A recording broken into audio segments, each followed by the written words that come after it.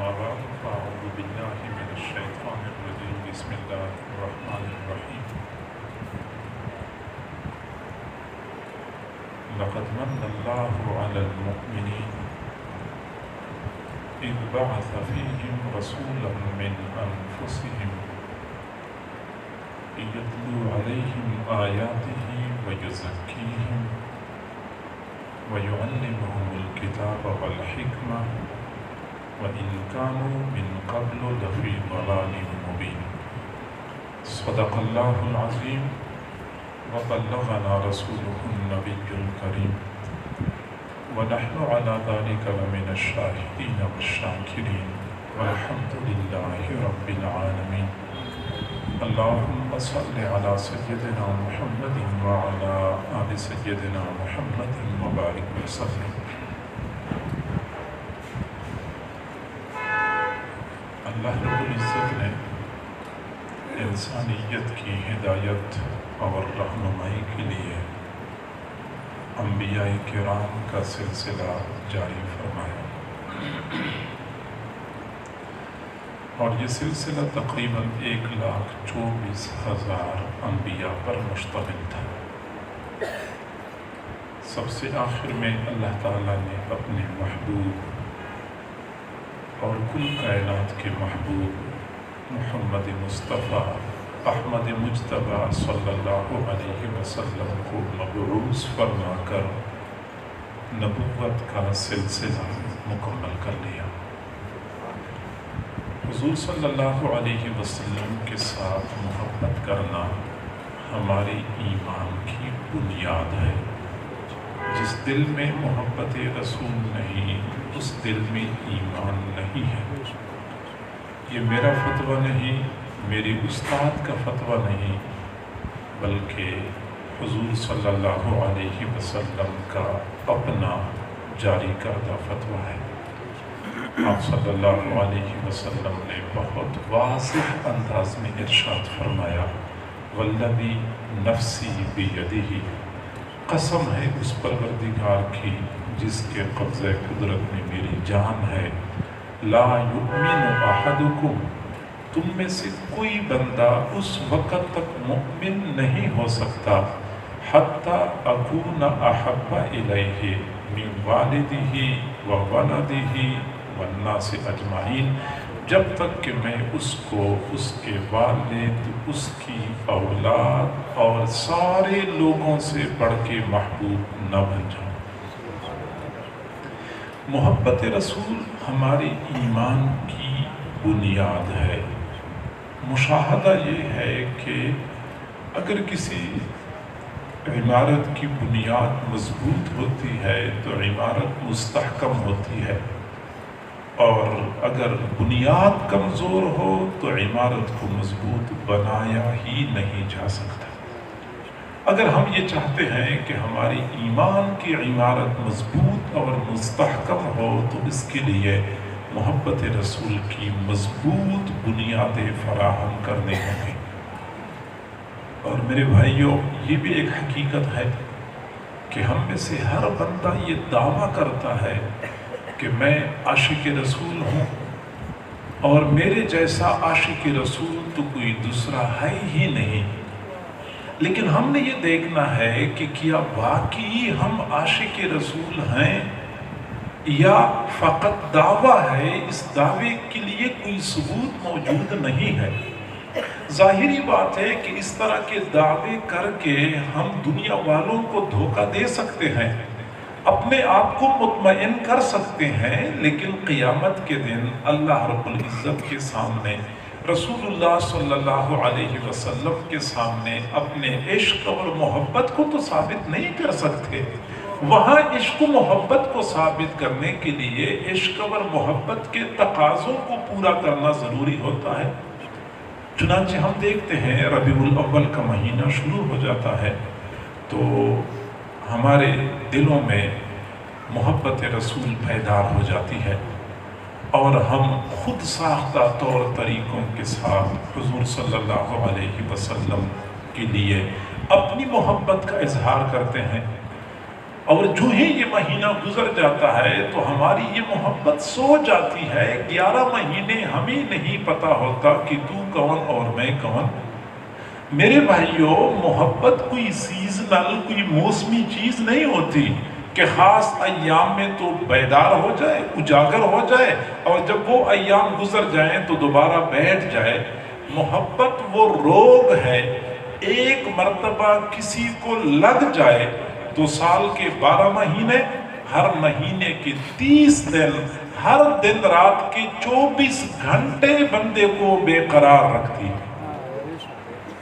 اور یہ جو ہم چند دنوں کے لیے عاشق رسول بن جاتے ہیں، پھر اس کے بعد بھول جاتے ہیں، تو لگتا یہ ہے کہ ہم عشق کو بدنام کرنے کا کام کر رہے ہوتے ہیں.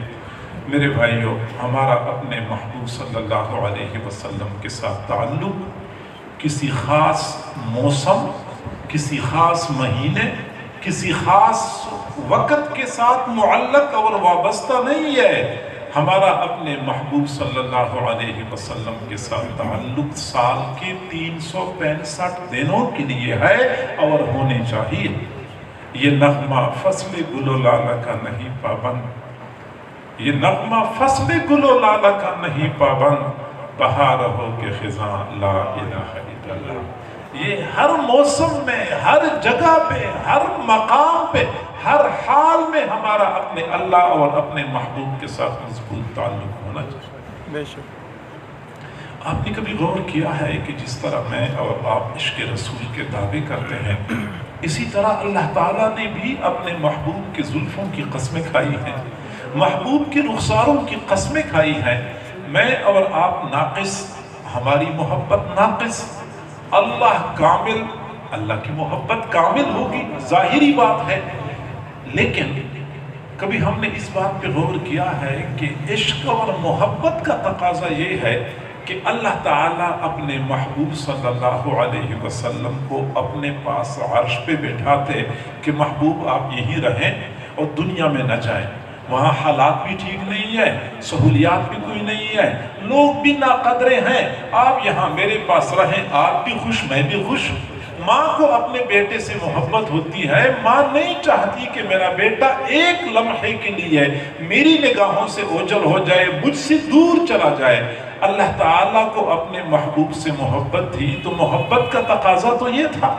لیکن کیا وجہ تھی کہ اللہ تعالیٰ نے اپنے محبوب صلی اللہ علیہ وسلم کو مکہ مکرمہ کی سنگلاخ وادی میں بھیجا، جہاں نہ سبزہ تھا، نہ سبزہ زار تھا، نہ موسم خوشگوار تھا، نہ معاشرہ مہذب تھا، نہ لوگ قدردان تھے، نہ زندگی کی سہولیات وہاں میسر تھیں. کبھی آپ کو ساحر، شاعر، کاہن کے نام سے پکارا جاتا تھا، کبھی آپ کو پتھر مارے جاتے تھے، کبھی آپ سجدے کی حالت میں ہوتے تھے. وہ ظالم اونٹنیوں کی اوجھڑیاں، اندھڑیاں، بچہ داریاں اٹھا کے آپ صلی اللہ علیہ وسلم کی مبارک کندھوں پہ ڈھیر کیا کرتے تھے.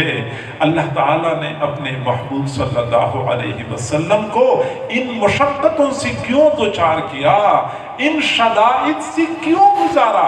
اللہ رب العزت کی کیا مجبوری تھی؟ محبت کا تقاضا تو یہ نہیں ہے کہ اپنے محبوب کو ایسے حالات کے لیے چھوڑ دیا جائے، ایسے حالات کے حوالے کر دیا جائے. محبت کا تقاضا تو کچھ اور ہے. آخر اللہ رب العزت کی کیا حکمت اس میں پوشیدہ تھی؟ تو میرے بھائیوں، اللہ رب العزت نے دنیا والوں کو بتانا تھا کہ میرے محبوب کا مقام اور مرتبہ بہت بلند ہے، تم اس کا تصور نہیں کر سکتے، لیکن میرے دین کی قدر و قیمت کچھ اور ہے. حضور صلی اللہ علیہ وسلم کو جن جن مشقتوں کا سامنا کرنا پڑا، اس دین کی وجہ سے کرنا پڑا. جب تک آپ نے نبوت کا دعویٰ نہیں کیا تھا، اس وقت تو حضور صلی اللہ علیہ وسلم کی شرافت اور آپ کی عظمت پورے مکہ میں مسلم تھی. لوگ آپ کو صادق اور امین کے نام سے پکارا کرتے تھے، سارے لوگ آپ کو قدر اور احترام کی نگاہ سے دیکھا کرتے تھے. لیکن جس دن آپ نے نبوت کا اعلان کیا، اپنا دین پیش کر دیا، تو پورا مکہ آپ کا دشمن بن گیا. گویا کہ آپ کو جو کچھ برداشت کرنا پڑا تھا، دین کی خاطر برداشت کرنا پڑا. اور یہ وہی دین ہے جو آج ہمارے درمیان قسمہ پرسی کی حالت میں موجود ہے۔ اس دین کو پس پشت ڈال کر ہم کبھی بھی عاشق رسول نہیں ہو سکتے۔ میرے بھائیوں، میرا یہ عقیدہ ہے، آپ کا بھی یہی عقیدہ ہونا چاہیے کہ میرے محبوب صلی اللہ علیہ وسلم کے مبارک جسم سے نکلنے والا پسینے کا ایک قطرہ، بالکل چھوٹا سا قطرہ، اتنا قیمتی ہے کہ یہ پوری کائنات اس کی قیمت نہیں بن سکتی۔ یہ ہماری دکانیں اور بازار، زمینیں اور باغات، سونے اور چاندی کی کانیں، ڈیزل پیٹرول کی کنویں، ہماری ملیں اور فیکٹریاں، یہ بلین اور ٹریلین، یہ تمام تر مالیاتی ادارے اکٹھے ہو جائیں، میرے محبوب کے مبارک جسم سے نکلنے والے پسینے کے ایک قطرے کی قیمت نہیں بن سکتے۔ اگر میرے محبوب کی جسم سے نکلنے والا پسینہ اتنا قیمتی تھا تو میرے محبوب کی مبارک آنکھوں سے نکلنے والے آنسو کتنے قیمتی ہوں گے؟ پھر میرے محبوب کی مبارک جسم سے نکلنے والا خون کتنا قیمتی ہوگا؟ پھر میرے محبوب کے دندان مبارک کتنے قیمتی ہوں گے؟ اب یہاں سے ہم اندازہ لگائیں، آپ میں سے کوئی بندہ حساب کر سکتا ہے تو حساب لگا لیں۔ وہ دین جس کی خاطر میرے محبوب نے اپنا پسینہ بہایا، اپنے آنسو بہائے، آپ کا مبارک خون بہایا گیا، آپ کے دندان مبارک شہید کیے گئے، وہ دین کتنا قیمتی ہوگا؟ ہم اس دین کی طرف تو التفات نہیں کرتے، توجہ نہیں کرتے، اور سال کے چند دنوں کے لیے خود ساختہ طور طریقوں سے اپنے عشق اور محبت کا اظہار کرتے ہیں۔ مجھے نہیں معلوم کہ یہ محبت کی کون سی قسم ہے، مجھے نہیں پتا کہ یہ کیسے عشق رسول ہے جو ہمیں اطاعت رسول پر مجبور نہیں کر سکتا۔ جب میں حضور صلی اللہ علیہ وسلم کی سیرت کا مطالعہ کرتا ہوں تو میرے سامنے ایک منظر طائف کا آ جاتا ہے کہ جب آپ صلی اللہ علیہ وسلم طائف تشریف لے گئے، آپ کا یہ خیال تھا کہ طائف والے میری دعوت قبول کریں یا نہ کریں، کم از کم مہمان نوازی عرب معاشری کی روایات اور ثقافت کا حصہ ہے، وہ میری مہمان نوازی تو کریں گے، اپنے پاس ٹھہرائیں گے، رکھیں گے، بٹھائیں گے۔ لیکن جب آپ صلی اللہ علیہ وسلم تشریف لے گئے، طائف والوں کو پتہ چلا تو انہوں نے آپ کو ایک لمحے کے لیے نہیں ٹھہرنے دیا، بچوں کو پیچھے لگایا، بچے پتھر مارتے تھے، تالیاں بجاتے تھے۔ آپ صلی اللہ علیہ وسلم چل چل کے تھک گئے، ایک جگہ بیٹھ گئے، وہ ظالم آئے، آپ کو دوبارہ کھڑا کر دیا، بیٹھنے بھی نہیں دیا، یہاں تک کہ آپ کا نرم و نازک بدن لہو لہان ہو گیا، مجبوراً ایک باغ میں پناہ لینی پڑ گئی۔ عجیب بے کسی و بے چارگی کا عالم تھا، پاؤں مبارک چل چل کے اتنے سوج چکے تھے کہ آپ نے وضو کرنے کے لیے جوتے اتارنے چاہے، لیکن جوتے پاؤں میں پھنس گئے تھے، جوتے اتر نہیں رہے تھے۔ وہ اللہ جس کو اپنے رحم و کرم پہ بڑا ناز ہے، اس اللہ کو بھی جلال آیا، فرشتہ بھیجا کہ میرے محبوب سے کہہ دو اگر وہ چاہیں میں طائف والوں کو دو پہاڑوں کے درمیان کچل دوں گا۔ کوئی مجھ سے پوچھے، میرے تو یہی جذبات ہیں کہ محبوب آپ اشارہ کر دیجئے، دونوں طرف کے پہاڑ آپس میں ٹکرا ٹکرا کے ان کو نیست و نابود کر دیں۔ وہ ہاتھ جو آپ پر پتھر مارنے کے لیے اٹھتا ہے، وہ پتھر مارنے سے پہلے شل کیوں نہیں ہوتا؟ وہ جل کے راکھ کیوں نہیں ہوتا؟ آپ اشارہ کر دیجئے۔ نہیں، میرے محبوب رحمت بنا کر بھیجے گئے تھے، دعا دینے لگے، اللہم اہد قومی فإنہم لا یعلمون، اللہ میری قوم کو ہدایت دے دے، میری قوم جانتی نہیں ہے۔ یہ ایک منظر میرے سامنے ہے۔ دوسرا منظر غزوہ احد کا میرے سامنے ہے، جب حضور صلی اللہ علیہ وسلم غزوہ احد کے دوران کفار کے نرغے میں آئے۔ کفار پوری کوشش کر رہے تھے کسی طریقے سے رسول اللہ صلی اللہ علیہ وسلم تک پہنچ جائیں، لیکن آپ کے چند جان نثاروں نے آپ کے ارد گرد مضبوط حصار قائم کر رکھا تھا، کافروں کو نہیں آنے دے رہے تھے۔ ایک بدبخت کافر نے دور سے پتھر سے وار کر لیا، پتھر میرے محبوب صلی اللہ علیہ وسلم کی مبارک پیشانی کو لگا، خون کا فوارہ پھوٹ پڑا، چہرے کے اوپر خون بہہ رہا تھا، داڑھی مبارک خون سے تربتر ہو چکی تھی۔ ایک اور بدبخت کافر نے تلوار سے وار کر لیا، خود کی کڑی ٹوٹ کے میرے محبوب کے رخسار میں گھس گئی۔ ایک صحابی نے دانتوں کے ساتھ کڑی باہر نکالی، خون بہنے لگا۔ ایک اور بدبخت نے پتھر سے وار کر لیا، میرے محبوب صلی اللہ علیہ وسلم کے مبارک منہ کو پتھر لگا، ہونٹ زخمی ہو گئے، دندان مبارک شہید ہو گئے، منہ کے اندر خون ہی بھرا ہوا تھا، سینے پر خون ٹپک رہا تھا۔ کوئی بندہ مجھ سے پوچھے، میں تو عرض کرتا اللہ کے نبی اب تو حد ہو گئی، ایک مرتبہ آپ ہاتھ اٹھا لیں زمین پھٹ جائے گی، ان کافروں کو اپنے اندر نگل لے گی، آسمان جھک کے آ جائے گا، ان کو اپنی طرف اچھک لے گا۔ میرے محبوب آپ نے بارہا فرمایا ہے کہ میں احد پہاڑ سے محبت کرتا ہوں، احد پہاڑ مجھ سے محبت کرتا ہے۔ اللہ کے نبی اگر احد پہاڑ آپ سے محبت کرتا ہے تو ایک اشارہ احد پہاڑ کو کر دیجئے، یہ جھک کے آ جائے گا، ان لوگوں کو اپنے نیچے کچل دے گا۔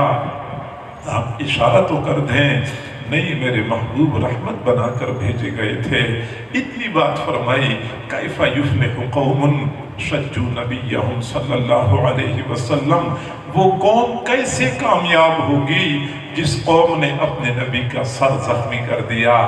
اب بھی قوم کی کامیابی کی فکر تھی کہ یہ قوم کیسے کامیاب ہوگی۔ یہ دوسرا منظر میرے سامنے ہے۔